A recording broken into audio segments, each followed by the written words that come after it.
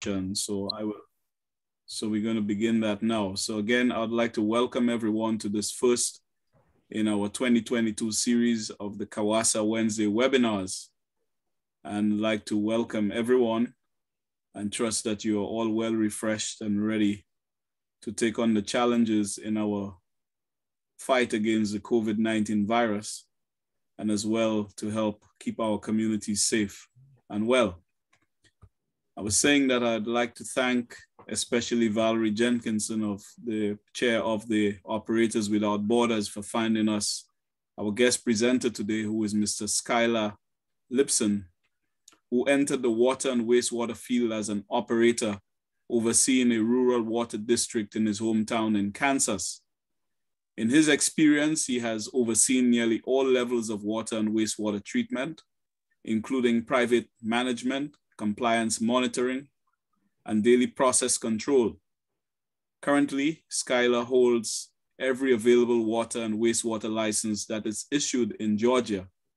He's got water and wastewater, Class 1, industrial wastewater, collections, distribution, water and wastewater laboratory, as well as the licenses in South Carolina, Mississippi, Kansas, Alabama, and GAWP Maintenance Technologies Class 1.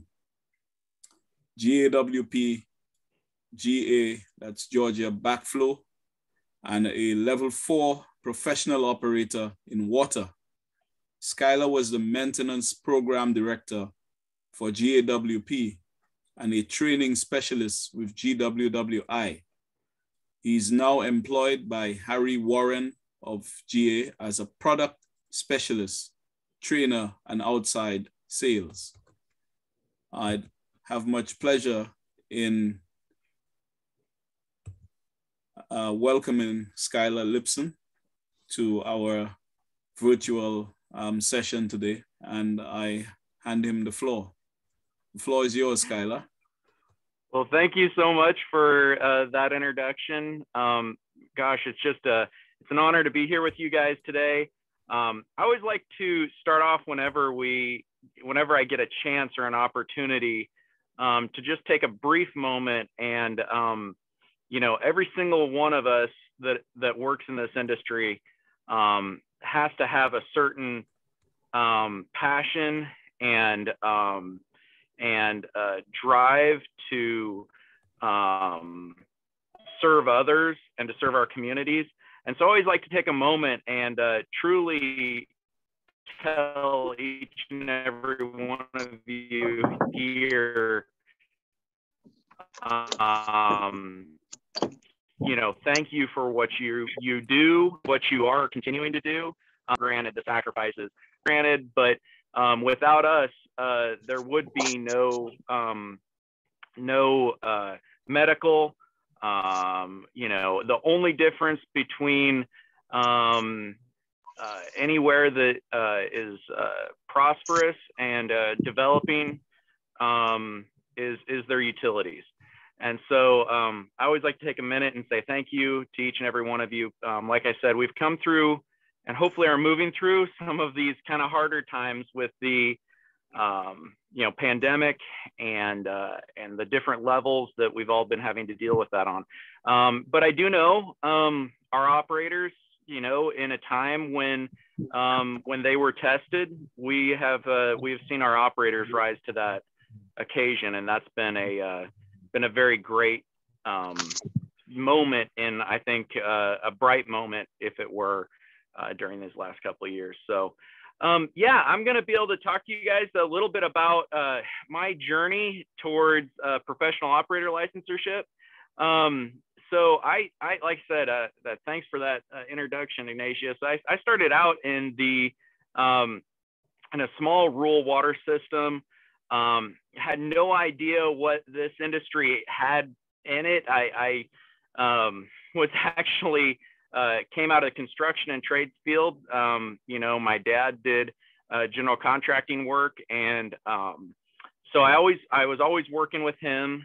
And my neighbor called me up one evening and said, "Why don't you come on over? And I got something I want to ask you about." And I said, "Okay." So we went over and and got to talking with him. And he said, hey, we have an opportunity here at the water district. Why don't you consider working for the water district? And I said, okay, well, I'll think about it. He said, well, why don't you come in? We'll do a little interview tomorrow. And I said, okay, great. So I, went in, had no idea what I was really interviewing for, other than I knew it had to do with the water district. Went in and sat down across the table of a lot of people. There was about 5 guys on the water board at the time. And they slid me the keys and gave me the district. So I was in charge of it all. I had no idea what I was doing, had no license, but just knew that we needed to do something. And so that's how I got my start. It was fire hydrant from the word go. So that's how I got my start in this industry. And along the way, I have been truly, truly fortunate to have some very great mentors come alongside me and be willing to share their knowledge. I'll never forget, it was within the first, week of me starting with my new position at this little rural water system. And we were going to be doing a water tank inspection. It was that time of year. And I went out to the water tank and met the gentleman there that was going to be doing it. And so he says, okay, you about ready to get started? I said, okay, sure. And it was a little tank. And he says, okay, so is it empty, ready to do the inspection? And I went, oh no. In my head, I'm thinking, oh my word, no one told me that I had to empty it. And so I said, well, hey, how about you go and run and get us some coffees, and in my head, I'm just kind of panicking here. And I send him on a coffee, the guy's super excited, give him a couple dollars, and he runs up to the gas station to get us a couple coffees. And while he was gone, I made a couple phone calls to one of the guys that offered to be that became a mentor in my life, Mr. Rodney. And I said, I have no idea what I'm doing here, man. And he walked me through how to shut the tank off and how to get it drained. And I love talking about Mr. Rodney as a mentor in my life, because he's one of those individuals who sometimes you don't always get opportunities to meet these people in life, but he was weird. And I always like to say, if you're going to work in this industry, we're all a little bit weird. It takes a deep determination. But what made Rodney a little bit weird is he was like 3rd generation in this industry, and been in it a long time. And he spent his time in this industry, and he still had a passion to teach. And that is an oddity. Sometimes we'll be working around individuals and maybe they're set in their ways, or maybe they're just not interested in teaching or sharing their knowledge, or maybe that feels threatening to some individuals. But that was not Rodney. Rodney was willing to share. And so he had introduced himself within my starting this new position. He gave me a call. And I found myself in need of making a few phone calls to him. To finish the story about the water tower, after we got it drained out and the gentleman came and gave me the paperwork and said, okay, the water tower looks good, everything's great, how much chlorine do you want to go back with? And I said, oh no. I had no idea. In my mind, I'm going 1, 2, 3. I had no idea. I didn't know anything about the AWWA standards or how to do water tower and tank disinfection. And again, I found myself calling Rodney 2 times in a row that morning. And what's really funny is I had gotten out of the truck. He said, well, just tell them to go ahead and do their chlorination like they did last time they did the inspection, and that'll probably be great. So I get out and I'm talking with the person doing the water tower inspection. I said, let's just go back with whatever chlorine we did last time. And I kid you not, this individual looks back at me and goes, well, I didn't want to have to admit this to you. I started about a week ago. I have no idea how much to go back with. So I tell you guys that story to share the importance of having obviously the training and the knowledge, but also having somebody that you can walk along with. And I think that that is something that, you know, you can read all the manuals and read all the literature and all the paperwork, but without having those mentors in your life, those people that you can walk alongside, it can be very difficult to understand, you know, all the intricacies of this industry.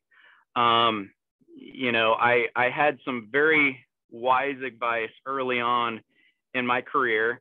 I met a gentleman, and he had told me, he said, Skylar, if you're going to be successful in this industry, go ahead and get every piece of wall hanging paper you can, right? Get every license you possibly can. And he said, because at some point in your life, you may want to look for opportunities, and you're just going to be represented maybe by a stack of paperwork. And you want to be able to have a chance, you know? And I think that that's part of what the professional operator and my journey to the professional operator has given me, is giving me that chance in life. You know, I'm very transparent about saying I came from very humble means in where I grew up. You know, and it was one of those things that this industry gave me an opportunity, you know. And so that's why I have so many licenses. I really leaned into that advice, and I really went after it, and I went and got my licenses. And then I had heard about this thing called a professional operator. You know, fast forward a few years now, I'd been working actively in drinking water treatment. And when the small systems that I came out of, there wasn't a delineation between roles. So when you're in a small system where I was from, you did everything. So you did the water treatment, you did the lab sampling, you did the compliance monitoring, you were the distribution guy, you were the person that called if there was a leak, and you were on call 24/7. So it wasn't until I got into some of the larger facilities and some of the larger plants that I realized that some of those roles do get divided up. And so I was, you know, actively working in that field, and that's when I had heard about the professional operator as a license, and I thought, wow, that would be a big long-term goal, you know. I never, you know, didn't graduate college. So that kind of was one of those pieces of paper that could help hold you back to some degree. And so when I heard about this as a long-term goal, I kind of put that on my horizon many years ago, and thought, wow, this would be an opportunity to really pursue something. And so fast forward a lot of years ahead here, and you know, every year I just took it in stride and said, I'm going to try to take one more step closer to the goal of getting my professional operator license. And after lots and lots of classes and lots of education, I did, you know, I passed my first grade level 1 in the professional operator, and then advanced to a 2 and a 3. And then this last year, progressed to a class 4 in the professional operator license. So that was a very neat moment in my career to be able to take a moment and be a little retrospective on what that looked like and the journey that was. I think something that I always tell all of the new up and coming operators or people who are looking at getting in this industry is, you know, in a world where sometimes jobs that you think would never go away sometimes end up going away, and shifts happen.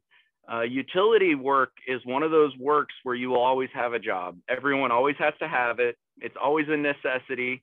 And in a world where the term essential gets thrown around a lot, each and every one of us are very essential. And so I think my challenge is kind of two-part to you guys here today is one part is be that mentor, be that person who's absorbing this knowledge, the training opportunities that are put in front of you. And some of those training opportunities, some people call them challenges, but embrace those because they're moments where you can learn. I think I learned more when I was stretched in some of those smaller plants where I felt like I didn't know where the next step was, than maybe at some of the larger facilities at times as well. And so, you know, when you do have those late night call-ins or those moments of panic and disarray, those are teachable moments where you can learn something not only about yourself, but about how we work on things and how things can be fixed. And that's knowledge that you're gaining that later on in life can become so very useful. I had the opportunity to work in private management firms as well. And that was another very unique opportunity to be able to see, you know, the whole picture of water treatment. That's when I got into wastewater treatment as well. And so that kind of rounded out some of that education for me. But yeah, so I guess my challenge, like I said, is two-part. One, get those licenses because they can definitely open doors for you. They can create opportunities for you to not only, you know, better yourself, but, you know, you're happy where you are and that's amazing. But I always tell people sometimes you just can never see around the next corner in life. You know, life has a way of throwing curveballs and sometimes it tries to funnel, you know, and your options become maybe less and less as you get older and older in life. And so I always say doing your licensure and getting those licenses helps to widen that funnel and gives you more options of things you can do and places you can go. And really the opportunities truly are limitless in this industry. It is an essential thing. It's everywhere. Everybody needs it. There's no new water, but it is getting harder to treat. You know, we're having to look at different technologies. Obviously emerging contaminants is a thing for drinking water. We're starting to look at wastewater in a whole new way as well. You know, we're trying to figure out, you know, how do we eat every part of the buffalo? How do we use every piece and part of this wastewater plant? So it's an interesting time. It's a good time, but there are great challenges. I think there is, I think one of the big challenges that I foresee in the future is we have a lack, or we have a great amount of knowledge that is leaving our industry at a very fast pace. There's a lot of retirement happening in our industry right now. I think here in the States, they're saying, depends on who you read, but we have somewhere around a projection of 75 to 80% of all licensed operators in the next 5 years are slated for retirement. They sometimes call it the silver tsunami, but at the current rate of licensorship, we're probably only licensing at a rate to supply 5 to 10% of that demand, which means when it's an essential, there's a lot of opportunity there. Again, a little daunting because sometimes we look at it and we go, we're losing knowledge faster than we're replacing it. But I think that creates a great opportunity. And so I want to encourage each and every one of you here today to be that person that's willing to pull someone up with you, you know, share your knowledge. These forums and opportunities are great to meet your fellow colleagues and your fellow individuals in our industry. What I have found is there is a community in our industry that will encourage you and share their knowledge. So be that person. And then again, pursue those licenses, pursue that as a long-term goal because it can open up opportunities for you that maybe you would normally not even think about looking at. So that's a couple of the things that I would encourage each and every one of you to look at. Like I said, this is a really great industry that we're in. And I think that there is so much opportunity for each and every one of you. And there really isn't a glass ceiling on where you can go with this industry. So I'm really, really happy that you guys came out today. And I really do want to spend some time. If you have questions about my path to professional operator, I can go into more detail in any part, for sure. Men Up with Valerie and Operators Without Borders, I'm very excited to be able to help them out if I can in any way, shape, or form. So Valerie, you've unmuted. Do you have a question? Yeah, perhaps I think it would be a good idea for the operators online just to how long did it take you and what was your path to get to where you are now? Because you said you had no high school education, or not no high school education, but you weren't a university graduate or a college graduate. You came into this industry just from construction. So you've done enormously well. You were recognized at AWWA when I was there. So can you just walk us through this path and how long it took you and what that path was? Yeah, okay. So let's see here. So it's taken me right at when I first found out about the professional operator, was roughly, I would say closer to 10 years ago now. Right at about 10 years ago is when it came onto my radar, when I had heard about it. I wasn't eligible to sit for the licenses at that time. And the reason being is I didn't have enough education to be able to sit for those licenses. And so my path and journey was a little bit non-conventional in that way. I always set aside a small portion of my pay that I made when I was working for my education. The municipality that I happened to be working at the time did not pay for education. They were a little concerned that I think that if you had too much education, you might end up leaving, I guess. I don't know 100%. But that was kind of, I think, a little bit of their fear. So I really realized early on in my career that the amount of knowledge that this industry, will ask of you is just limitless. And so I took on every opportunity that I could to learn.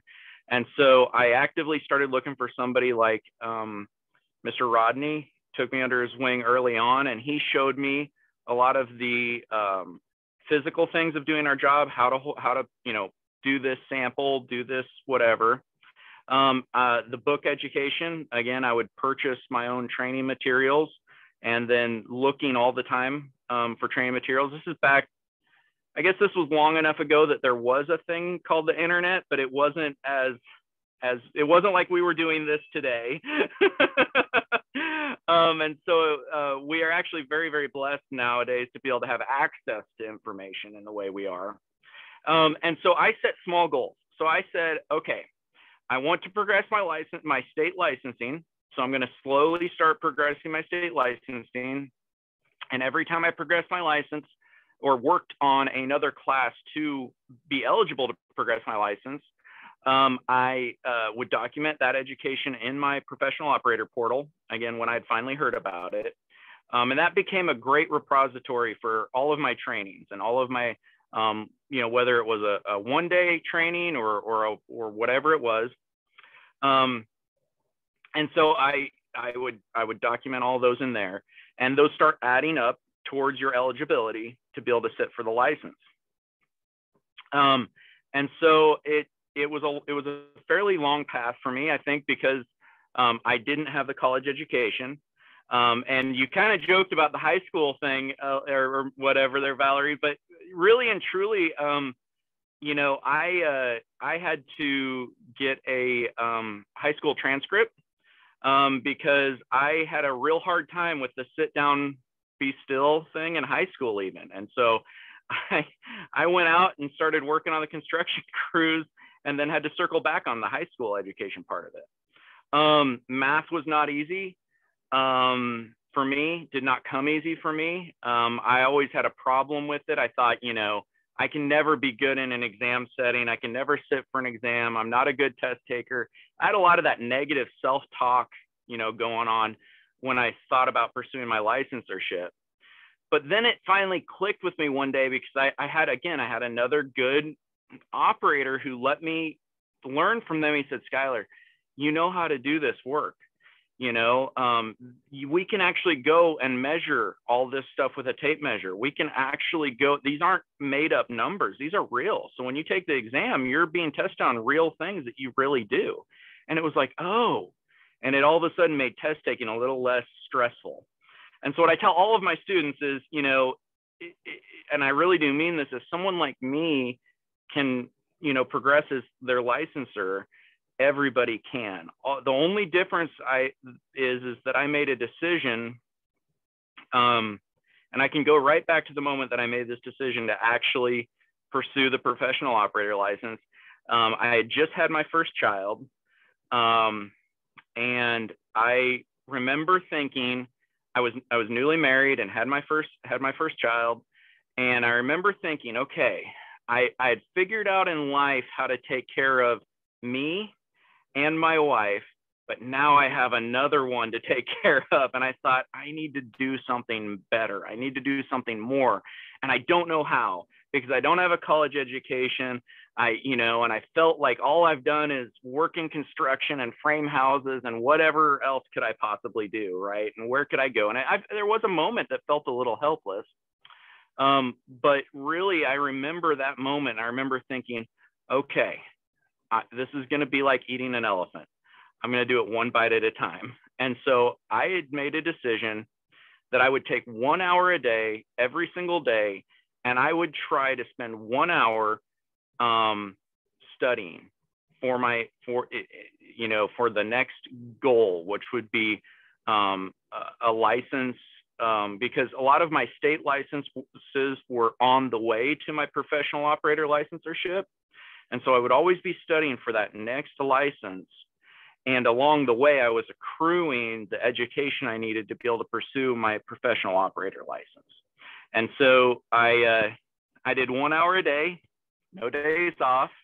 And for me, with the little kids at home, that ended up meaning that I would go to work an hour early, because that was about the only way I could get that quiet moment to sit down. Our water plant had, it was small, but we had a little library of some training materials. And so I would go through, and I made a goal to spend 1 hour studying every day. I did one math problem a day and studied, read for, a grand total of an hour a day. And it started, I think they say it takes something like 10,000 hours to be proficient in something. I didn't know that was a thing. I may be wrong on the number, but that was how I started accruing that knowledge on that path to licensureship. And again, the path to licensureship for me was a personal challenge, a personal goal, but in the grand scope and the big picture of life, it was trying to look for that opportunity to develop myself and invest in myself. I didn't come from a home or a family that taught me about, money or about, a lot of things surrounding that, or school or education, And so a lot of those were life lessons that I had to learn along the way. And again, I don't ever take it for granted that there were individuals who took time out of their day and their life to, show me. And on my days off, another thing I would do to try to develop myself is every time I did a training, I tried to, I would meet other operators, and they would offer, say, hey, why don't you come over and take a look at what we're doing, And so on my days off, I would go and I would operate on my days off at other facilities that did treatment that I didn't do at my facility. And, I always used to, I always kind of thought, somebody's already solved all the problems I have. I just don't know how they solved them, because operators are very inventive individuals as a whole. And you'll see these solutions to problems that you may have at your facility or at your plant. And I would take advantage of that. I would, hey, if you want to let me operate alongside you, they would show me how they take care of their stuff. And each and every one of those moments was educational. And again, those were all keystones or stepping stones over the last 10 years to getting to the place where I could take that professional operator exam. Skylar, Timothy has, and this is a good question, and perhaps he wasn't on when Paul Bishop talked to our group here. But he says, are you familiar with the ABC certification? How is a professional operator license different to certification? So great question, but it is all ABC. Yeah. I'll kind of, set that one up. I know that Paul definitely could speak to that one. The professional operator license is, it is within the ABC licensureship. It's administered through ABC. It utilizes a lot of the same ABC banks. The rubric for the PO is a little bit different in the sense that they added some criteria in there for, and this is my perspective. Of course, I am not employed by ABC, but my perspective is they added some criteria in there for code of conduct and other things that, again, the other licenses had somewhat, but this one is multifaceted and multi-backed. And so they're both very excellent, great options, but they're both one and the same. A matter of fact, if I'm not mistaken, I would have to ask Paul this, but I believe and Valerie, maybe you could speak to this. I believe there's a reciprocity between the two. Am I correct? Yeah. Okay. And, so if anybody's interested, we do have the recording that Paul Bishop made when he did a webinar for CAWASA last year. And he talked all about the licensing and the certification and the professional operators. And the professional operator normally costs some money, but he has offered for anybody who has their licensing in the Caribbean a sort of a freebie. So this is something that anybody can go after.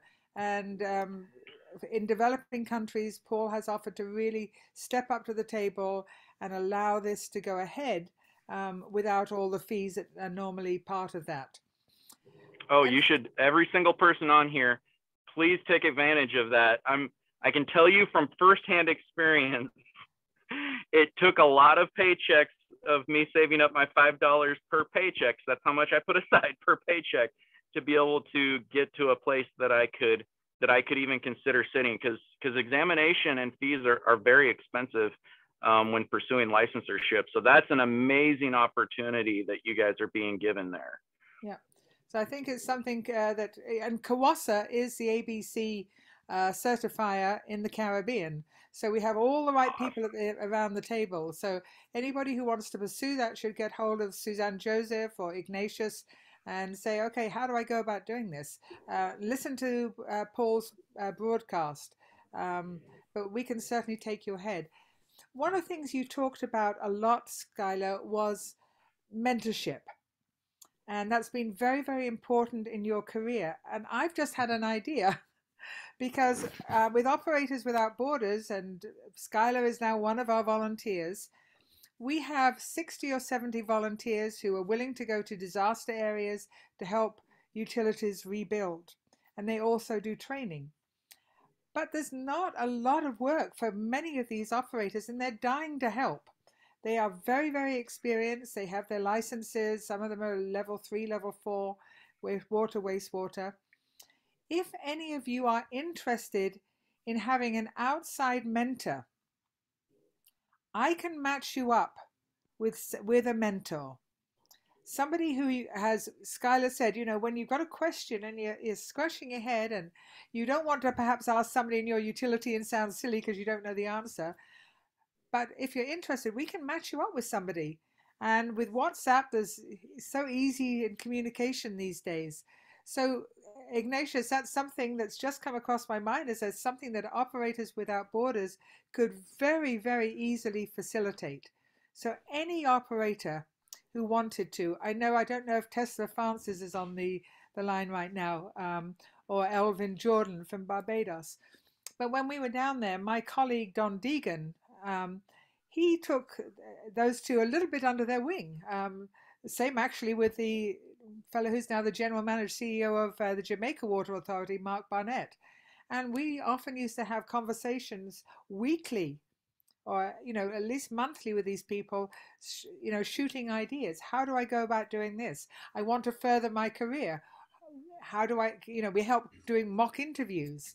So that's something that I think, Skylar, that we could very easily do. And I know that you would have a number of people that would be very interested, I'm sure, in being a mentor for our Caribbean counterparts. And we learn as well. I know that every time we've gone to a disaster area or we've gone to do an operational assessment, we come back learning something as well. We learn how resilient the Caribbean operators are with very few resources. So if anybody's interested in that, just let us know. And I would encourage each and every operator on the call here. I always like to encourage every operator and let them know. The great thing about working in this industry is nobody can know everything. Okay, so don't feel like you're ever necessarily at a major disadvantage. Every single one of you on the call today knows something that no one else on the call knows. You may be an expert in something that you may not think matters, and so I would encourage you, to say, you can do it. You can definitely achieve anything you would put your mind to as far as that's concerned. But yeah, there are those moments where when you say, I'm looking for a mentor, there's just things in life that sometimes we miss. My father-in-law was another great mentor in my life. I didn't know how to, there's so many things that he taught me in life that I didn't know how to do that maybe some people would think are very basic things, like, how to have a budget. I didn't know how to do a budget, but when you start to get into any type of a leadership role, sometimes you do start looking at spreadsheets, and I didn't know how to read one. And so he took the time to show me how. So, and I always like to say this: if somebody's willing to pour into you, be willing to pour into another person, and it really does make a difference. Your utility benefits because you may gain some piece of knowledge, and then you can take that and share that with the other operators around you.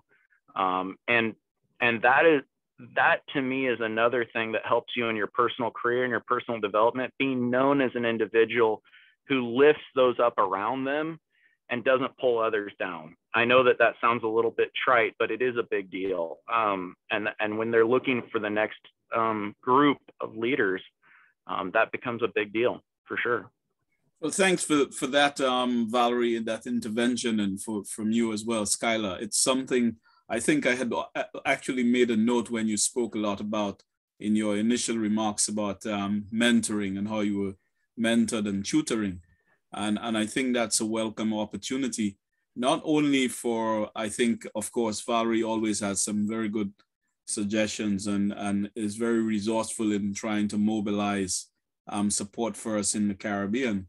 But I think too, even amongst many of the operators who are present online, within your own utilities, as Skylar indicated, that's what the whole leadership thing is about, that you pass on knowledge and you try to pull someone up from where they are so that they can meet with you, because nobody can steal knowledge from you, but it is the legacy that you will leave behind and how you will help to make people better off.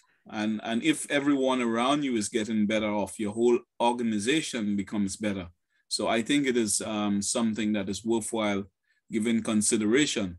The other part is that we have, of course, as Valerie indicated, we had this wonderful presentation by Paul Bishop of the ABC. They are in conference this week, but it's a matter he has offered, and we will continue to follow up with him if needs be to have another special session where he can give us some guidance in how those people who would indicate their interest, so we can begin the program, because it is there for the taking and we should go for it. I think as well, one of the other things we embarking on, I wouldn't say much about it now because it's a work in progress, but it's one of the challenges we face in even offering the training programs, one of the setbacks we have is we have some very good people, but because of the exigencies of the job, many people get caught up with what they're doing and do not find enough time that they can help to teach others. And so we're hoping that we can build a cadre of tutors who would be able to now take on the knowledge that has been passed by Operators Without Borders. We have a lot of the training material already. We have a lot of the videos of the presentations up on YouTube, but we would like for some of you to consider yourselves becoming tutors in our region and within your utilities. So that will encourage many more other operators to take on the ABC programs and the professional, ultimately to become professional operators.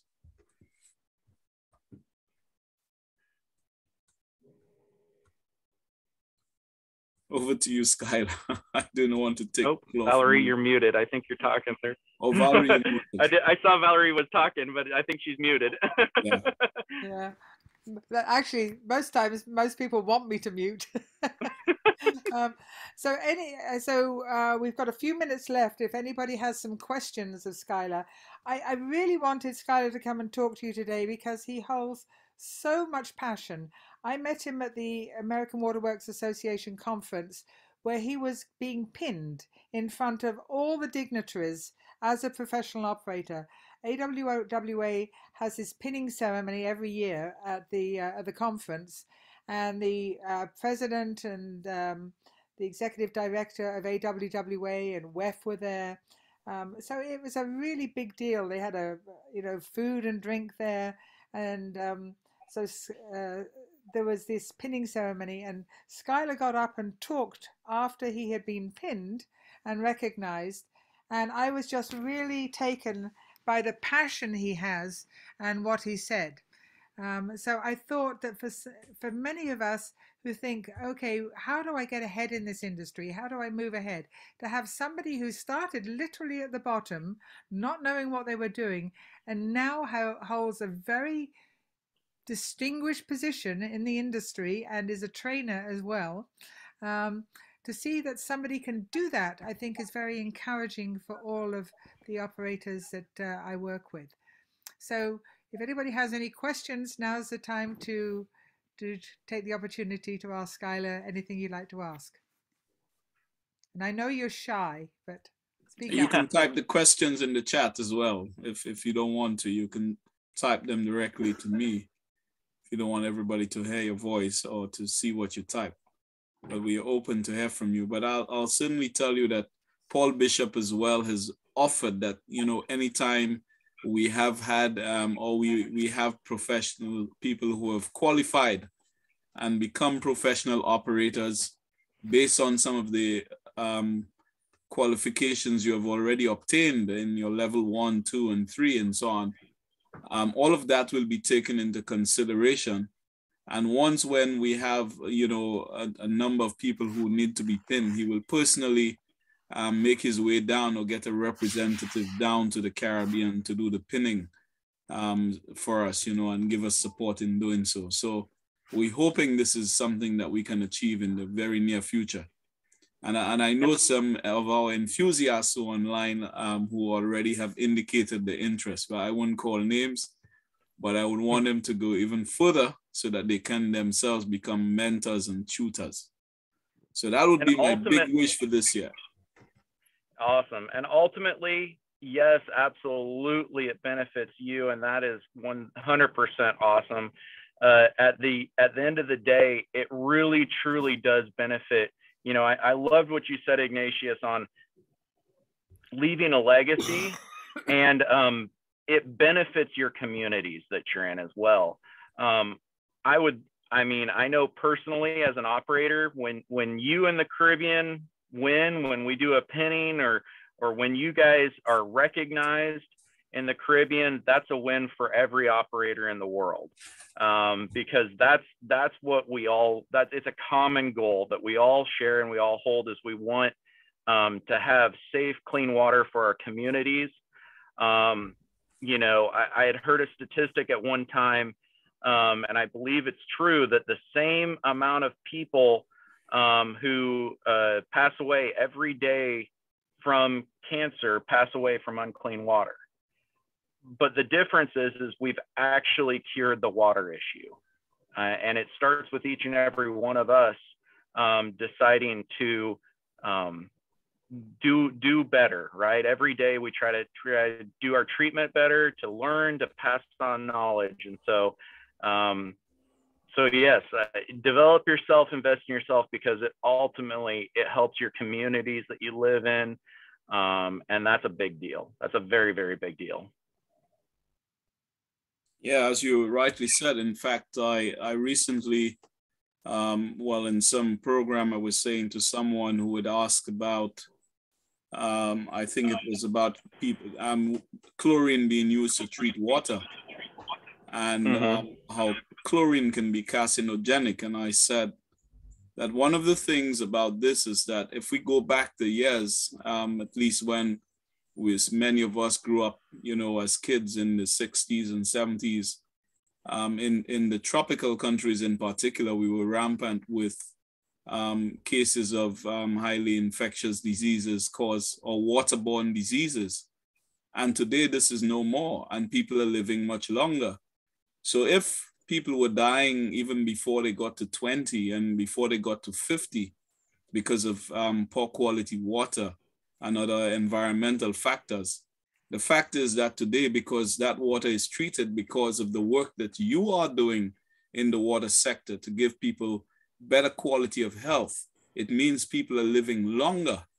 And because they're living longer, if somebody now lives to 70 and 80 and they get cancer at 80, and it is because of the treatment, then I would invest in that rather than dying off at 20. So I think, it's a very noble profession.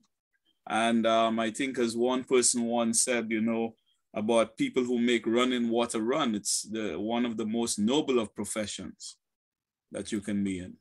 I see there's a question from Ezekiel Francis. Ezekiel, do you want to just unmute yourself and ask the question?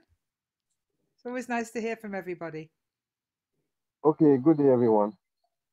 I was just asking if while he was doing his exam, if he did them one after the other, or if he took a break in between, because sometimes it really gets, because of the work that we are doing, sometimes you don't get enough time to study some of the materials, and you would feel like you are not prepared to do the exam, and you might take a break. That's a great question. So when I set to write my exam, so the way I preferred to do it is I wanted to go and sit for the exam as soon after I completed my required education as I could. And the reason being was because I wanted to make sure that I knew the full path I wanted to take for my studying. So there is a little bit of a cool down after each time you sit for the exam. And so what I did is I went and sat for the exam as soon after I met the education as I could. And then after I sat for the exam, if I was not successful for some reason, I would try to remember that the very first thing I would do if I wasn't successful in the exam is I'd write down the categories that I needed to, I needed to learn more about. So it may be for instance, I remember one exam in particular I came out from, and I thought, I don't know enough about green sand filtration for drinking water, because there were several questions about it, and I wasn't sure about that. I didn't try to spend my time fixating on what the question was as much as the category of the type of treatment that it was. And so then I would take a deep dive on studying that until my next time I could sit for my exam. I don't know if that answers the question fully, but that's how I separated my exam times when I set for my exam. But I always like to say, do what works for you.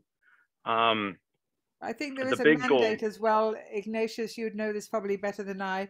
But here, anyway, you can't just take, your level 1 and then immediately take your level 2. There's a certain educational component between the levels and certain criteria you have to to have, so that there is often quite a quite a gap between taking, say, especially level 2 and 3 or 3 and 4.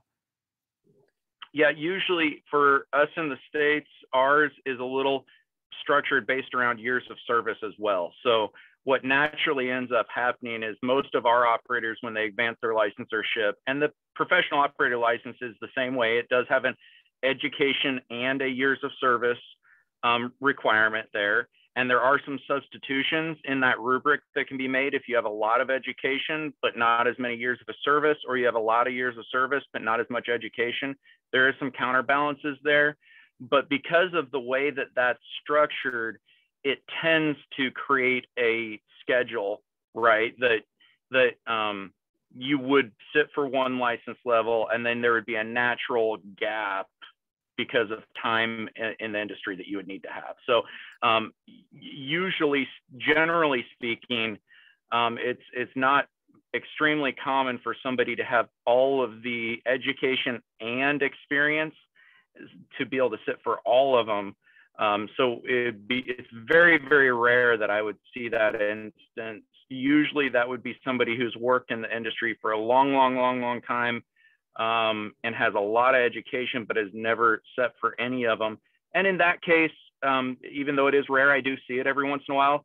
I again tell them, I like to, personally, I would take at least a month in between them to try to, refresh myself on what's coming next. But that's just my advice. The natural cadence of requirement tends to slow that down so that it's not overwhelming. Yeah, Ignatius, maybe you could comment on that, because there's certain rules, isn't there? Yes, absolutely. For you to begin the program, you would have at least to have been at a water utility for at least 1 year or so, and to have the minimum secondary school education. And that would be the equivalent in the Caribbean, that's the CXC equivalent and having math and English. But of course, there are people who have spent more time. Based on the time you have, you would be able to matriculate into the program to begin at level 1, whether it is in water distribution, water treatment, wastewater treatment, wastewater collection, laboratory, small water distribution, small water laboratory, etc. And you would have to begin at level 1 so you can, it's a gradual process, and you must complete level 1 before you can move to a level 2, and it's sequential so that you can move from level 2 to a level 3. The other very critical component, and then to level 4, which is the ultimate. Another critical component is that once you are certified from a level 1, every 2 years you would have to renew your certification, and which is why we are facilitating. And particularly during the COVID, we had a lot of difficulties reaching out to people. So the technology has made it even more convenient for you to get many more, or to get access to many more opportunities, so you can earn continuing education units. So that for every hour you spend at attending one of the CAWASA webinars or other similar type workshops, etc., you will get 0.1 of a credit will be allocated to you, so that you need to have a certain number of credit hours annually, and that we keep that record, and CAWASA would track it, and you have to show evidence, and we will have that evidence when you attend our sessions, because we do record, and that's why we have you to register. And in fact, I just got a call from one of our utilities, from the HR manager, asking me for the attendance register, because they're also tracking you to see that you're participating, and it will impact your performance appraisals, etc. So be mindful of that. So those credits will be required for you to get your renewal when you apply every 2 years. So you have to show, it's not just passing an exam once and that you're through with it. It's a continuous process. So you have to keep reading, you have to keep following webinars such as these. We also have access to some other providers such as Ohio 360 Water, which has a suite of about 40 something odd experiences that you can pursue and give you mock exams, etc. that you can take. And we do also continue, in addition to these CAWASA webinars, we have had the tutorials that have been facilitated by the Operators Without Borders in preparing many of our operators for the exams. Those two you can find now that we have built a sort of repository on YouTube of all the recordings of such programs, plus our webinars. So we have had webinars from when we first started in, I think it was March 2020, up to December 2021. And this evening's own will be posted in the 2022 series. So you have a lot of material. Plus on our website, you can always write to Suzanne or myself, and Suzanne Joseph would give you access once you apply and give you the passwords to get to some restricted sites on our website, so you can access materials that is restricted for our membership, reading material and other course material. So you have a wide range of material and subject matter. And of course, we do have a lot of expertise that we have we are connected with. And as both Skylar and Valerie have indicated, the next step we want to do is to get into the sort of mentoring program. We have a sort of mentoring mentee program at a broader level with among the utilities at that level, with the UN Habitat's Global Water Operators Partnerships Alliance. And that is another very useful organization that has been built around the UN system, where utilities help each other around the world. And in the process, it's not just the organization, it's all about the people within the organization. So what it does is to bring operators together, who are looking to solve problems in the utilities. And there's no greater thing when you can pick up a phone and you can call, or you can send a WhatsApp to a colleague, be it in Jamaica or down in Trinidad or in Antigua or St. Lucia. And you could be out in the field and you are faced with a challenge, but you know someone somewhere who you can call and who can give you an idea of how he has resolved that problem. And now you may have that opportunity within the United States as well, albeit there are certain circumstances that may be peculiar to utilities. But generally, the fundamental principles are very similar. And in the experiences that we had with the Global Water Operators Partnerships Alliance, like with the partnerships between the Contra Costa Water District and Belize, they have made some phenomenal impact in both utilities, where those utilities that were mentoring, they learned so much about what was going on in Belize. And it was an opportunity for them to test their own or to build their own confidence that they were able to teach other people and share their knowledge and help to pull up another utility and made it in a better place. And we have seen a lot of that happen. We have had that with Hamburg WASA of Germany and Wasco in St. Lucia. We have had, even among our utilities, I remember even virtually, we have had Dominica, the Wasco, have helped the new team in Nevis in looking at SOPs and some of the things, best practice that the Wasco is doing in Dominica, and to help another small utility in the island of Nevis. And we've brought those managers together and they share and exchange and they have the contacts and they've been able to make things, to help each other, to make things work for the better. So I'm just throwing these out. It's quite a bit, but just that you have an idea of what's taking place and the need for being in touch with each other. I see we have a comment or a question here from Michael Clark.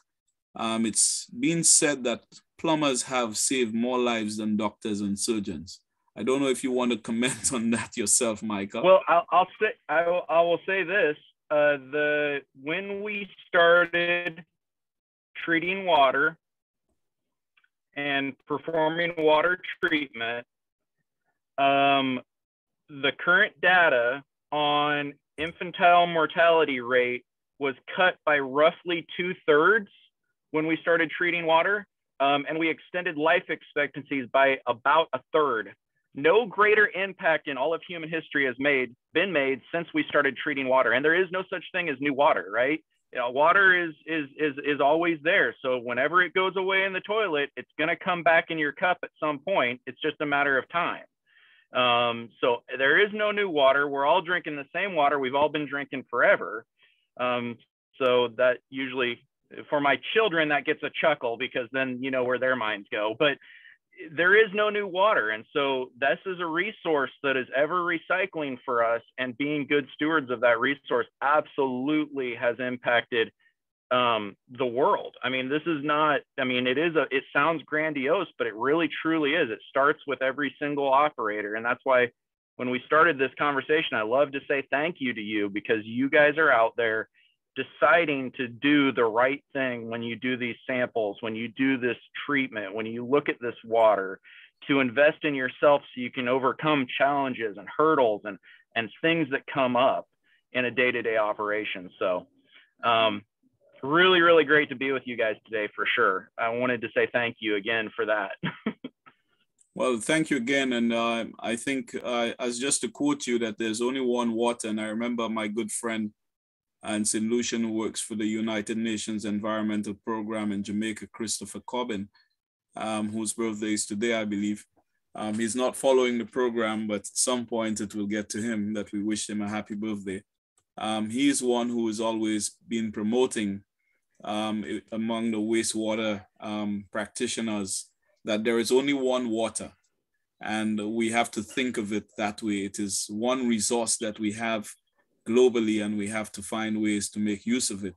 And another good friend of mine in Trinidad says, once you get him the water, he is going to treat it. He's a water treatment specialist at level 4, and he also has several degrees in chemistry. So he believes that water can be treated. It gets very difficult, but it can be treated, and we have to treat it as such, so that when it gets back into the natural environment, we are all the better for it. So thank you very much, Sky, for spending that quality time with us this evening, and sharing your thoughts and your passion, and helping to mentor all of us in the Caribbean. And we do wish you to keep warm and safe and healthy in your part of the world. I think it's in Georgia that you are now. Yes, absolutely. Absolutely. And anybody who would like to reach out to me, if you want to get with Valerie, I think you have any contact information. Maybe just, do you want to, because Anderson's asked for your contact information, could you just put your contact information in the chat before Let's see here. Absolutely. I will. Let me make sure I can do that here. I'm going to put my I have it as well, email. So anybody can get hold of me and can get hold of Skylar. Absolutely. Absolutely. But he'll just put it in the chat. Yeah, I do have, what I will do this time around, I normally don't circulate the attendance register, but I think when I share the YouTube after I uploaded it, I will send you the spreadsheet, the Excel spreadsheet with all the contact information for most people who attended, because we do have, I think we have twice the number who normally register, but they don't often attend. So we have about 50% of those who register participating. Yeah. Yeah. Feel free to reach out. Yeah, I've just put my email in the chat as well. Yeah. So if any of you are interested in, having somebody to chat to, a mentor, get hold of me. Tell me what your area of interest is, because we can match you up. If you're in water or wastewater or both, or you want to have a mentor in safety procedures, I can put you with the right person. You're very welcome, Owen. So over to you to close off, Ignatius. All right, then. Thank you very much, everyone, for your participation. And I think it was a very lively session, our first for the year. I hope we keep it rolling, and I am expecting Valerie to give me some more well-valued presenters as we go out through the year. And I expect some of you who are participating, like we speaking about mentorship, there are experiences that you have that you can share with your colleagues, and the platform is available to you. Just let me know, and we're going to book you so that you can make a presentation. And I'm sure there's so much that you can share with each other. And I want to encourage that this year, so that you're also going to build your own capacity and your own confidence in that you can make presentations and on sharing your knowledge and your experiences at your various utilities. So thank you very much.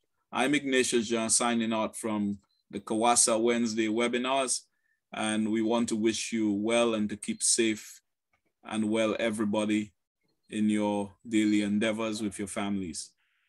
And see you next week. See you next week, same time, 5 p.m. Eastern Caribbean time. Thank you, guys. Okay. Bye, Skylar. Thank you.